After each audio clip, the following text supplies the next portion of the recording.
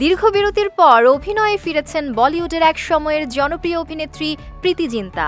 সম্প্রতি নিজের verified Instagram পেজে একটি পোস্ট দিয়ে বিষয়টি নিশ্চিত করেছেন অভিনেত্রী নিজেই। জানান, লাহোর 1947 সিনেমার শুটিং শুরু করেছেন তিনি।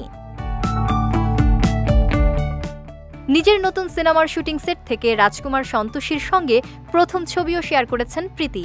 ছবিটি প্রকাশের পরপরই উচ্ছ্বাস প্রকাশ করছেন অভিনেত্রীর ভক্তরা।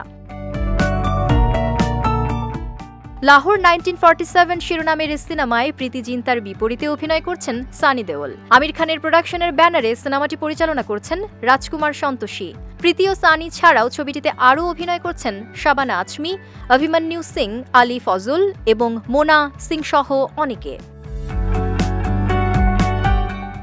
ভারতীয় সংবাদ মাধ্যম হিন্দুস্তান টাইমসের একটি প্রতিবেদন থেকে জানা গেছে, লাহোর 1947 ছবিটিতে অতিথি শিল্পী হিসেবে দেখা যেতে পারে বলিউডের মিস্টার পারফেকশনিস্ট আমিরকে। যদিও এই বিষয়ে এখনও কোনো আনুষ্ঠানিক ঘোষণা পাওয়া যায়নি। 1998 সালে দিল সে চলচ্চিত্রের মাধ্যমে অভিনয় জগতে প্রবেশ করেন প্রীতি জিন্তা। এরপর সোলজার, সংঘর্ষ, কিয়া কেহনা, দিল চাহতা হ্যার মতো আইকনিক সিনেমায় অভিনয় করেছেন এই লাস্যময়ী অভিনেত্রী। 2018 সালে প্রীতিকে সর্বশেষ নায়িকা হিসেবে দেখা গিয়েছিল ওয়েলকাম টু নিউ ইয়র্ক সিনেমায়।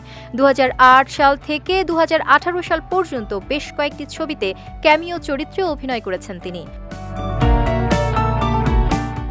2016 সালে আমেরিকান ব্যবসায়ী জেনে গুডেনাফকে বিয়ে করে লস অ্যাঞ্জেলসে স্থায়ীভাবে থাকতে শুরু করেন প্রীতি। এরপরই অভিনয়ে অনিয়মিত হয়ে পড়েন এই অভিনেত্রী।